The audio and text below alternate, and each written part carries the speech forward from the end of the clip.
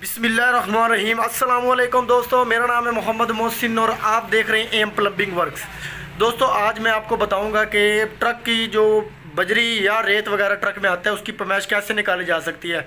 आप कैसे पैमाइश निकाल के कैसे पैसे देंगे आपको, भाई ये आपका जो माल उतरा है ये पूरा है या नहीं। चलें इस वीडियो की तरफ आपको मैं बताता हूँ। जी हाँ दोस्तों, बात कर लेते हैं अब आप गाड़ी की पैमाइश किस तरह करेंगे। बिल्कुल आसान तरीका, ऐसा तरीका आप सोच भी नहीं सकते। सबसे पहले आपने 8 फुट 7 फुट का कोई सरिया ले लेना। सरिया लेना है आपने 4 सूत्र का, यानी आधी इंच मोटा, ताकि बारीक होगा तो जैसे ही ऊपर से चोट पड़ेगी वो सरिया बेंड हो जाएगा। लेकिन आपने लेना है आधी इंच का सरिया, क्योंकि उसके अंदर थोड़ी स्ट्रेंथ जो होती है वो ज़्यादा होती है। वो सीधा सरिया बिल्कुल जाएगा स्ट्रेट फॉर्म में। अगर दोस्तों आपका सरिया अगर स्ट्रेट फॉर्म में नहीं जाता, इधर उधर चला जाता है, गुलाई में चला जाता है, तो उसकी पैमाइश गलत हो जाएगी और आपको नुकसान हो सकता है। ऐसे पैमाइश ज़्यादा निकलेगी। और आपने बिल्कुल सीधा एक्यूरेट रख के सरिया ठोक देना। जैसे कि आप वीडियो में देख रहे हैं, हमने बिल्कुल सीधा रख के, हाथ रख के इसको सरिये को ठोक दिया है। ठीक है दोस्तों अब नेक्स्ट प्रोसेस, इसकी जो जगह है इसको अच्छी तरह हमवार कर लेना है।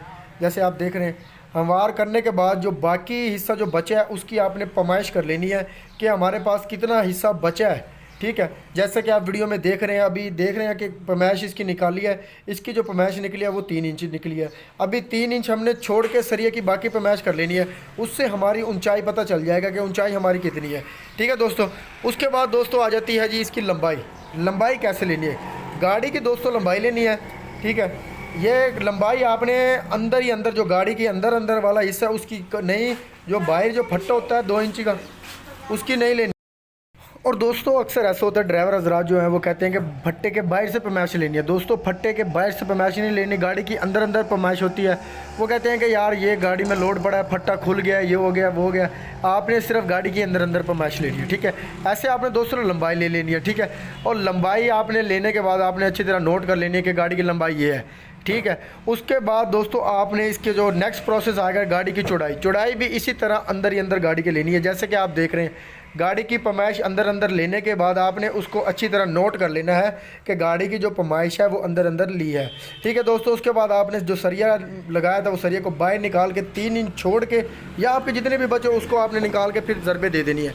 सबसे पहले आपने लंबाई ज़रब चौड़ाई को आपस में ज़रब दे देनी है। लंबाई ज़रब चौड़ाई के बाद आपने चेक करना है कि इसका क्या आंसर निकला है। ठीक है दोस्तों, उसके बाद आपका पैमाइश जो निकल आती है वो 108 फुट निकल आती है। उसके बाद आपने ऊंचाई जितनी निकली है उसके साथ आपने ज़रब दे देनी है। जैसे कि हमारी पैमाइश जो निकली है वो 641 फुट निकली है, यानी कि 6 सैकड़े से 40 फुट जो है वो ज़्यादा है हमारी कंक्रीट। उसके बाद दोस्तों आपने गाड़ी की अनलोडिंग करवा देनी है। जैसे कि आप वीडियो में देख रहे हैं, गाड़ी की अच्छी जगह देख के आपने गाड़ी की अनलोडिंग करवा देनी है और अच्छी तरह चेक करना कि गाड़ी का पूरा माल उतर गया या गाड़ी में कोई माल बाकी। और इसी के साथ दोस्तों हमें इजाज़त दीजिए। अगर आपको हमारी इन्फॉर्मेशन अच्छी लगी हो तो प्लीज़ लाइक कर दें। अगर आपने हमारा चैनल सब्सक्राइब नहीं किया तो प्लीज़ हमारा चैनल सब्सक्राइब कर दें। तब तक के लिए खुदा हाफिज़, मिलते हैं इंशाअल्लाह नेक्स्ट वीडियो में। अल्लाह आपका और हमारा हामी नासिर।